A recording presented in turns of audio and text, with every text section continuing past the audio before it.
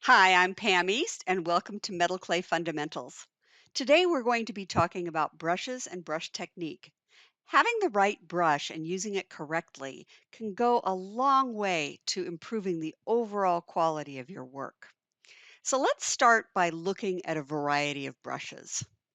When you first go into the hobby store and head over to the fine art section to start looking for brushes, the selection is going to be overwhelming. There are going to be hundreds and hundreds of different kinds of brushes, different sizes, different shapes, different bristle materials. Now, how do you know what to choose? Well, that's what I'm here for. I'm here to narrow this selection down for you. These are just too much to deal with. So, first of all, we're going to be looking for synthetic bristles. Natural bristle brushes are great for a lot of different applications. However, for metal clay, they're not going to be a good choice. The metal gets into the bristles and it destroys them, and they're just not going to give you long life. You're going to get long life from a synthetic bristle brush. After trying about a bazillion different brushes, I finally found the Silver White brand brushes. Silver White is a white Taklon. It's a white Taklon brush, so it is a synthetic bristle, and it's got just the exact right amount of springiness for metal clay. And this is my absolute favorite brand of brush, bar none. And this particular one I'm holding here is the Bright number 4. And this is my number one metal clay brush. I reach for this a good 90% of the time when I need a metal clay brush. If you get one brush, this is it, the Silver White Bright number 4. The Bright comes in a variety of sizes. I wouldn't get anything bigger than a 4, but sometimes it's nice to have the size 1 and the size 2 for smaller applications. As for the rounds, also silver white. Still, I love that white Taklon. I still like the springiness in this. And the sizes that I use are the 2, the 0, and the double 0. These are the three sizes that I keep on hand. I don't really need anything bigger than a 2. I don't really need any smaller than a double 0. The one I use the most is the 0. So if you're going to get two brushes, you're going to get a bright number 4 and you're going to get a round 0. All of these brushes are carried by Art Clay World. So we have the right brushes. I've got my bright number 4. I've got my round number 0. The next thing you want to think about is water and controlling the amount of water in your brush. I cannot emphasize enough how important it is to control the correct amount of water in your brush. It's going to make a difference, and I'll be demonstrating why that is. I have here a two-sided dish. This is from Restaurant Supply. This is a sauce dish or a soy sauce wasabi dish and I've got a sponge on one side, and this sponge is damp but not dripping wet. If I squeeze it, nothing's coming out. So it's just a damp sponge. And then on this side, I have a little bit of distilled water. Now, I get asked all the time, when do I use distilled? When do I use tap water? How do I know? Or is it just all distilled all the time? There's actually a really easy way to answer that question. You need to ask yourself, is the water going to permeate the material? So if I'm working with raw clay or syringe or greenware or anything where water is going to actually soak into the material, I need to be using distilled water. However, after it's fired and it's metal, the water is no longer permeating, it's no longer affecting the material. And at that point, you can use tap water. So when you're doing your tumbling or if you're using water for polishing, tap water is perfectly fine because the water is no longer permeating or altering your material. But for this, I do have the distilled water.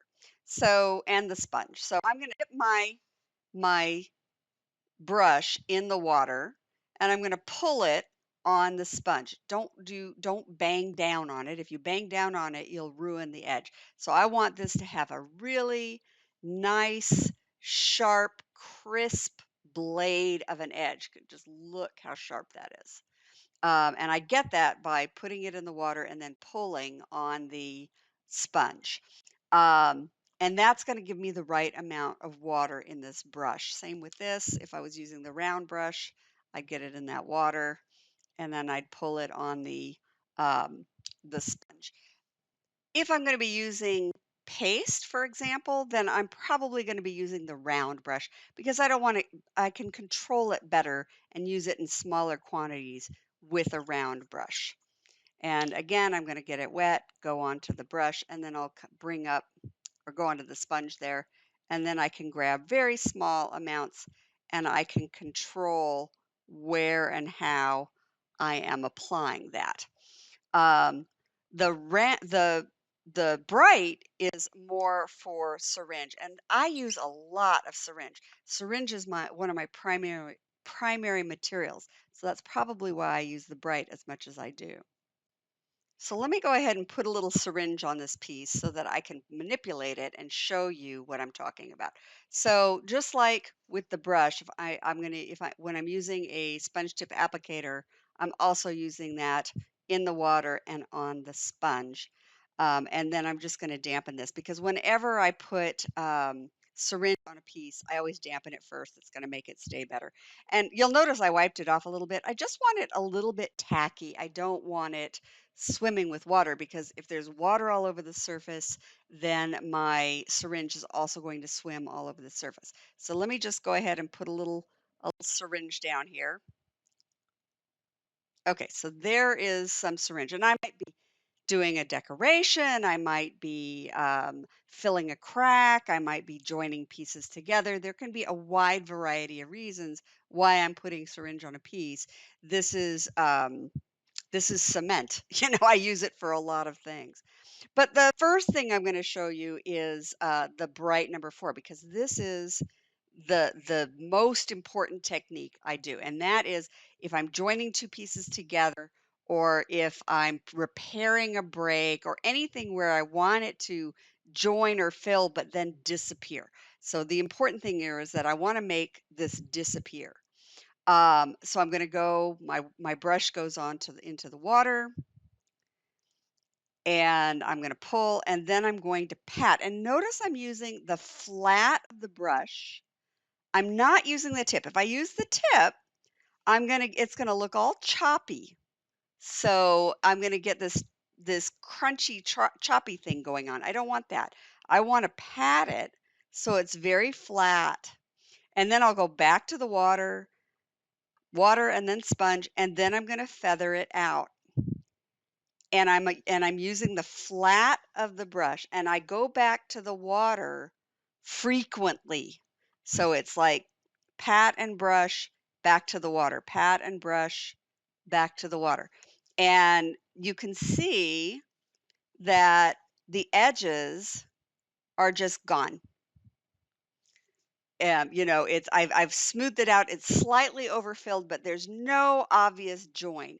And that's all about having the correct amount of water in the brush and using that pat and smooth technique. And and having a brush that will do this. Now, I talked earlier about this having just the exact right amount of springiness. So let me show you what would happen if I didn't. So here's a different brand of brush. By the way, these are both brights and they're both about the same size, but different brands. And this one is a size 1 and this one is a size 4, and it's because it's a different brand. So size 4 is not the same for all brands. When you get the silver white, get the size 4. But if you happen to be getting a different brand, then you're going to have to look at that. Um, Mostly, I want you to get the silver white because I know it's a great brush. But watch what happens when your brush is too stiff. So this is a really stiff brush. And I'm going to wet it. I'm going to pat it. And then I go to do this and look at this. It's making these little, it's, let's see, can we see it in the, do you see how not neat that is? It's putting bristle marks in. I've got all these bristle marks. I did not get a nice soft pat because the bristles were too stiff, even though I went in the water and on the sponge. Now I'll do it again with the silver white and you'll see right away it's going to flatten, smooth it right out. And then I'm going to be able to feather that and go back to that water frequently, because if you don't, the brush is going to dry out and you're not going to have the right amount of water in your brush. So, so this is why you have to have that correct amount of springiness in that brush. Now let me lay out another line and show you some other things that you can do.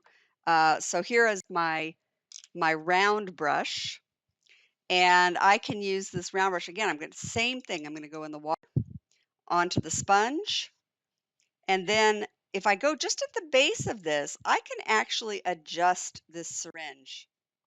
And I'm not on top of it, because if I go on top of it, I'm just going to make dents, right?